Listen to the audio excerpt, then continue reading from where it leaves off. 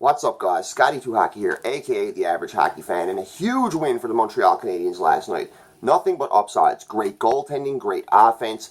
For the most part, except for the first 5 minutes of the second and first period, great defense. The only downside for tonight's game is Paul Byron. Can we please take a moment to silence for his chin? Because he got KO'd bad, and a secondary impact as he went down. It was a targeted fight by Mackenzie Weegar. It was redemption for the hit that he took with that bar. He got suspended 3 games for. I believe Weegar did miss time due to injury because of that hit too. He may have been concussed. It was a nasty hit. But anyways, the Habs win the game 6-1. Absolute domination, and they rout the Florida Panthers in Montreal. Next game, huge game against the Columbus Blue Jackets. Columbus won last night too.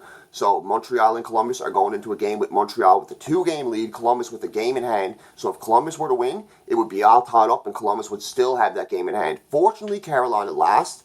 So if Columbus or Carolina lose the next game and Montreal win their next game, they're passing Carolina and they're clearly ahead of Columbus still. Hopefully, Montreal can win the next game against Columbus. This is a true game. To me, it almost comes down to whoever wins this game is the team that's going to make the playoffs, unless Carolina drop off. And Carolina has a tough schedule the next 4. As for Columbus, their last 2 games of the season are New York and Ottawa. Besides that, they're playing Boston and I believe Washington. They have a couple of tough games, but for the most part, they don't have a tough schedule. Habs have a murderer's row. All of the last 4 remaining teams they had to face after Columbus are all first in their division. Washington, Winnipeg, Toronto, and I can't remember the third team, excuse me. Tampa. Yeah, it wouldn't hurt to say Tampa. But yes, Habs win the game 6-1. Huge win for the Habs.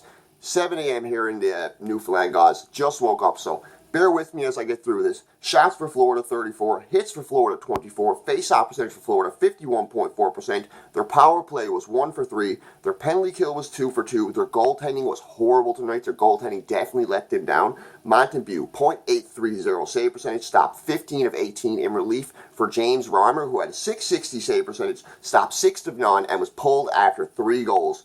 Montreal, the shots were 27, the hits were 23, the face-off percentage was 48.6, the power play was 0 for 3, the penalty kill was 2 for 3. Carey Price was absolutely phenomenal. He had to make huge saves in the first 5 minutes of the game. When the Habs did go up 3-0, he made a beautiful save on Dadonov on a 2-on-1 play where he slid across, robbed him with the pad on a goal that could have made it 3-1 and gave Florida a bit of momentum going into second. And Florida came out flying in the second. They came out with a lot of fight. Price had to make huge saves. After that, the Habs took over. And by the time the third period came, it was game over. The Habs were up 5-0. They had the game wrapped up. Barring Carey Price falling apart in some miracle run by Florida, there was no way Montreal was losing this game. It's the type of game Habs fans love to see at this point of the season. It's not going to emotionally drain you. It's not going to give you anxiety to the last minute of the game. By the time the second period's over, it's all good. Whatever else the Habs get, it's icing on top. I love those type of games. As for Carey Price, .97 save percentage, stopped 33 of 34, and at least 15 of those stops were quality saves. Some of them were 5-bell saves. He really made some nice sliding saves tonight. He was good with the blocker. He was positionally sound. Price, one of his best games of the year. The one goal he did get beat on, he was down and out. It was a fluky rebound. There's nothing you're going to do about it, and it was a power play goal. As for the game, the first period, 6:58 into the game, Tatar scores from a goal from Andrew Shaw. Jeff Petrie passes it to Shaw. Shaw goes behind the net, passes it out front to Tatar. Tatar makes no mistake, blasts a wrist shot by Reimer off the post and in. The Habs were really utilizing a good game plan where they were cycling it in, coming behind the net, throwing it out front, getting that clean pass out front for a clean shot, and they were just smoking Florida's goalies. Almost all of their goals, except for the Domi goal, were the exact same way. Take it behind the net, cycle it around a bit, take it behind the net, pass it out front, score a nice goal, which is exactly how the second goal went. 12:39 into the first period. Wheel keeps it in his zone, cycles around a bit, gets it over to Kotkaniemi. Kotkaniemi behind the net. Looks like he's going to skate it out front, makes a beautiful, sneaky little backhand pass. I wasn't even expecting it. Over to Kulak. Kulak makes no mistake with a beautiful slap shot, blasts it by Reimer. 2-0 for the Habs. 14:28 after that. Weber comes in, passes it to Galley, gets it over to Tatar. Tatar makes no mistake sneaking the backhand in. It was a bit of a fight in front of the net. The Florida player pushed the Montreal player into the goalie, and Tatar was in front of the net, kind of being a bit chippy too. It did hit the goalie stick with his stick. It was reviewed, but it was a good goal. It didn't look like a good goal when I was first seeing a review. I was like, oh, this is going to get called back, brutal. But they called it a goal, and I am not complaining. Anyways, into the second period, guys. 2:52 into the second period. Another behind the net play. Kulak gets it over to Shah behind the net, passes it out front to Arturi Lehkonen. Just like the Tatar, Lehkonen makes no mistake blasting it by Montembeault, who's in the game now, came in for relief in Reimer after the third goal. Beautiful to see Lehkonen get a goal. And also had to mention that's Lehkonen's 10th goal of the season, so another Hab with double-digit scoring. And if that Finn could learn to finish, he could be a great 20-goal scorer, because I love everything about Lehkonen's game. I have nothing bad to say about his game except for his finishing ability. If the guy could learn to finish, he could be a true star in this league, because he is a great player. Defensively, one of the best players, one of the best penalty killers, young, fast, has everything great about his game, the type of player any team would want to have. Love Arturi Lehkonen, absolutely love him, and I do not care if he doesn't produce as much as he should. He does everything else that other players don't. He does so much. He's the type of guy Jonathan Drouin could look at. That's an example for how you should play, man. Philip Deneau, 12:40 into the period, gets a nice pass from this wasn't a behind the back play, I don't believe, or this wasn't a behind net play. I believe it came out, Mete shot it, Tatar tried to get it, it came out front to Deneau. It was a real chippy play, it was off a rebound. He snuck it through Reimer's pads. I believe it was the 5-hole. It was really close in front. I didn't see the replay on it, but I believe he snuck it through the 5-hole. Makes it 5-0 for the Habs going into the second period. You know it's game over 5-0 with Carey Price in that, playing like he's playing. But it was a little bit scary at the beginning of the third. Didn't really have me worried. I just wanted Price to have solid numbers.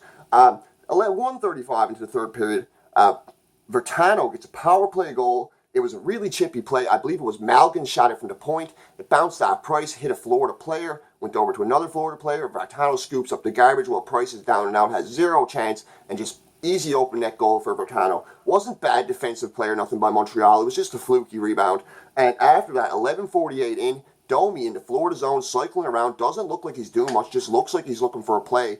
All of a sudden decides to come down and take one of the most beautiful shots I've ever seen, perfectly over James Reimer's shoulder, under the post and in. 6-1 for the Habs, and we have our final. Beautiful game for the Habs. Price was solid down the stretch. Great game for Price, great game for Max Domi. Thomas Tatar had a great game. Also, really would like to mention and say congratulations to Jeff Petrie, new career high, 43 points. Congratulations to Thomas Tatar, new career high, 57 points.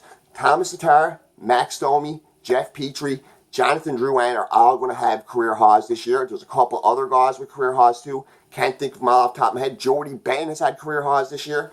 So the team is great. For them not to make the playoffs this year, if they don't make the playoffs this year, it's honestly going to be shocking. You have 6 or 7 guys on your team massively overperforming, having career years. Carey Price is on his game. You need to get into the playoffs, guys. This could be a dangerous playoff team. I would not want to face Carey Price like he's playing first round no matter what team I am. I don't care if I'm Tampa. I don't care if I'm Washington. I don't care if I'm the Oilers. I don't care if I'm Pittsburgh. If you're facing a goalie like that, you've seen what he did to Boston 4 years ago. You know what he's capable of. You see the scoring this team's putting on now. The scoring's coming on strong in the past couple of games. Yes, the last game they only had 1 goal. Prior to that, they had 4 or 5. Prior to that, they had 3 or 4. They're scoring flat out. So the scoring depth has stand out. Kotkaniemi's playing well. He had a big hit behind the net. Everything's trending in the right direction for the Habs. 9 out of a possible 10 points in the past 5 games. It's all good in Montreal. Anyways, guys, I hope you liked the game as much as I did. I was super excited to see it. I really hope Paul Barn isn't concussed or hurt long term. But if he is, I'm sure the Habs will figure it out. Really happy to see Jordan Wheel on his team. He has been thriving in Montreal. Love his game. Love everything I've seen about last night's game. One of my favorite games of the year. Sorry about the late review, guys. It's 7 a.m. here in the morning. The game didn't end until after 12 o'clock midnight here in Montreal. And unfortunately, I have a kid and a sleeping wife, so I don't have time to do a review that late at night. But I'll always put it out for you early in the morning. Anyways, guys, this is Mr. Average Hockey Fan, a.k.a. Scotty2Hockey. Scotty2Hockey, a.k.a. Mr. Average Hockey Fan. Don't forget to like. Don't forget to subscribe. Ring that bell. Get notifications from my upcoming videos. My review of the Columbus game. And hopefully a very hype recap. And a very big win for the Habs. And feel free to leave a comment. What did you guys think of the game? I know Matt Kelly loved it because he commented on my video earlier and said he loved it. And I'm sure Rick Roller loved it. I'm sure Talking Habs with Rick loved it. I'm sure Amanda C loved it. I'm sure all the people who comment on this channel loved it. Huge game. Go Habs. Go after Columbus tomorrow. And they're going to do it. I know they are. Playoffs, here we come, baby. Woo!